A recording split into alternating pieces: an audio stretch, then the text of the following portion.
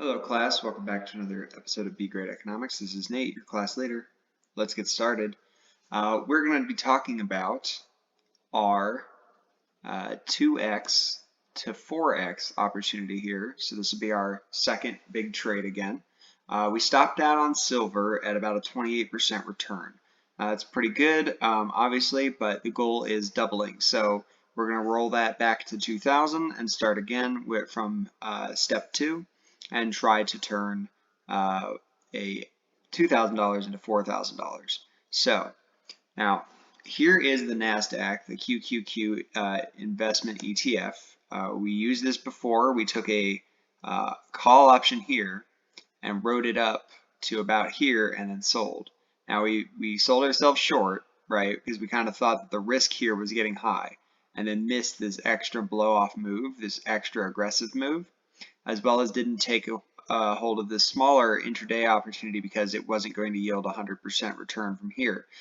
Had we held through this, we might have seen a 200% return though on our investment, so we would have gone from 1,000 to 3,000. So this is a lesson learned on following a trend all the way through. Now, when I say a trend all the way through, or following your investment trend all the way through, we're talking right here. So if you look at this trend line, you'll see that as we ascended here and we tested against it, and we took our bet, our estimate that we were going to get at least 100% return opportunity, we should have based it off of, is this still valid, right? And as you can see from the risk or the relative strength index, it began an ascension and was still valid and didn't reverse back down until it didn't break the same trend line, essentially. I can draw that as well. And this will try to help you familiarize with TA as we go through this. When we broke the trend down is when we said, okay, we could have gotten out. We could have gotten out here and we would have made massive returns on this whole trend. But again, it is that risk reward ratio that we're trying to control. And so we took it early. So just a reminder, ride the trend until the trend breaks is usually a pretty good rule.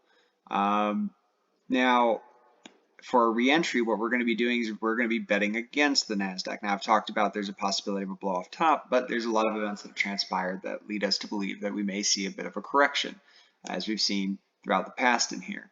And so this correction has been sparked by things like the nomination of the Federal Reserve chair, as well as several articles talking about expecting lower valuations of tech companies. And since the NASDAQ is made primarily of, or almost completely of, technology-based companies, people are expecting lower returns in their stocks or preparing for that. So there's the fear of the bond market buying tapering from the Fed continuing as they reduce their purchases, as well as the possibility that the overvalued stocks here, which we've talked about are overvalued, may be on decline. Now, this is probably not the market crashing. We're probably not coming out of this channel down here, not unless something else happens. These current events are just creating a correction. Now, this is also something that should have been anticipated if you do technical analysis, because you've identified a trend moving along, reaching the top of that trend, the resistance, possibly being a blow off top. In other trend lines, you could have identified it, but ultimately being overbought. Now, what I want to highlight here is this trend shift that we're using to identify, is this going to continue falling? So first off, we have this these two trend lines here that it moved, just showing you that it was ascending, higher highs, higher lows had begun. However, we have divergence on the RSI, where we're having lower highs and lower lows. And this kind of activity where it diverges tends to be an indicator of momentum, telling you we're going lower. So this trend will begin to move down. And what we could even identify from here is that somewhere in here is a trend that would need to break to the upside in one way, shape, or form that needs to be followed. And we'll have to figure out how that plays as we watch it. But for now, we have this channel. And so I would expect to break below this channel and to have this fall until the RSI is oversold, because we obviously hit a point where we're overbought. We then went up again, and we've just over tested the resistance too much. We broke above one resistance, broke above it again, and then tested the highest resistance that we could and hit all-time highs. We had a harsh rejection as information came out, and so we've continued this momentum trend. Now, on the moving average convergence divergence indicator, this trailing indicator shows us that we do have a downtrend, and we had a bearish cross. That means that the price momentum is going down when the 12 exponential moving average is above the 26 exponential moving average, this yellow line. We can see that the momentum is to the upside. In price, you see it moving generally up. Now, this doesn't always mean it's down or up. It could just be sideways, but it means that the momentum is slow, the momentum is gaining. Here we have the 12 below the 26, the blue below the gold, and what we're seeing is, obviously, you get a downtrend, but it's a lagging indicator. Look how much moved up again before it decided the momentum is to the upside, and then the momentum moved, and now it's crossed again. Now, when it crossed here, that doesn't necessarily mean that it has to flip because we get multiple flips throughout, but we're also at the top end of this band and we're ascending. If we zoom way out, we can see that we've been increasing volatility here and we're very much overbought. We're very much overbought. And so we are going to have to see a correction in order for the market to accept these prices, or we're going to have a melt up where the prices do nothing but go up. And since that's not the case right now, we're going to see this move down. So the continuation of this pattern, obviously there's a lot of room to go down. Now this could require that in the shorter term, let's say I go to the 1 hour, we could see that we might be bottoming out here in the short term. And so we may see a rise up and see how we're seeing one right here. I think that we're likely to reject off of the resistance up here and come down a little further, probably to this range. I don't expect, and this is where I get a little disappointing, I'm not trying to hit that 100% return. But the likelihood of us following this trend, as I've drawn 3 fractals here from three images from the previous crashes that have happened here, these short-term corrections. What I did is I went back and took, for example, this crash. I took this move from here to the second layer. I did not count the third or the second leg. I only counted the first leg down. And I did that throughout most of them because I don't expect it to make it to the bottom. If it does, I will ride the trend this time.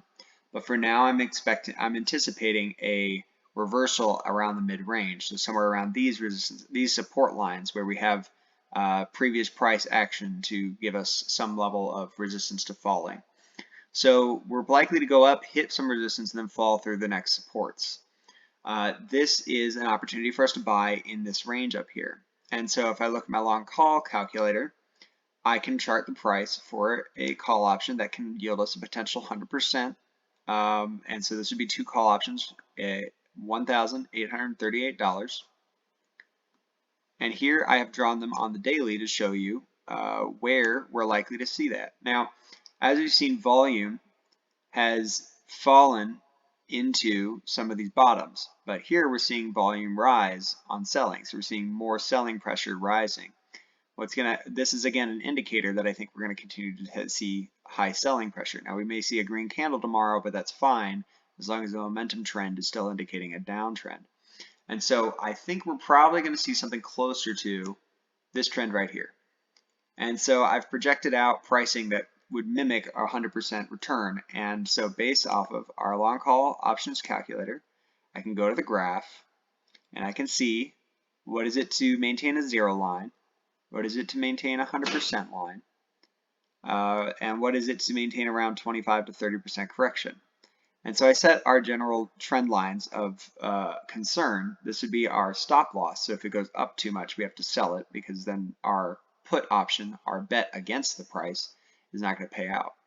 This is our 0 line, so this will be where we make no money, we just break even. Obviously, it has to continue falling because of the theta decay in the call options, so we have to be concerned about theta, as I talked about in the options instructions. And then here is our 100% line. Now, I anticipate that we'll probably get stopped out here. I anticipate that it'll bottom out somewhere in here and continue a momentum trend up. But there's plenty of opportunity for other events to occur to push us down further. So I will not break it until we break the trend. So tomorrow I'm looking for us to buy a put option somewhere in the 397 to the 400 range, and I'll adjust these lines based off the price I get them at, but this is the current pricing for the call options or the put options. The higher it goes on this retest, the better the opportunity is, and we can possibly move this line maybe up to here, and then we'll make like an 80 to 90% return if we make it down to this bottom line, especially if we get a good wick down there and we get an auto sell triggered. So this is a good opportunity. I would again call this like a 50-50 play on whether or not this is actually going to continue in this momentum, and this is where you're hedging your opportunity by taking the correct lines. I think that we have a good 70% plus chance, where the chances are greater that we continue down.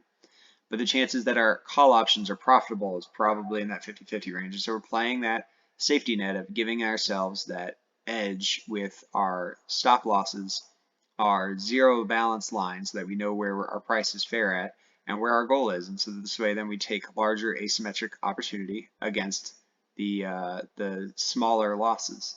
So continue to follow me. I have Covey.io as you've seen before, and hopefully we'll get on to some more classes. I've been rather busy, but I really want to keep to fundamentals, and I'd love to teach some TA as well. I think that technical analysis is very useful. If you don't think the technical analysis work, I would say that this trend has clearly proven otherwise.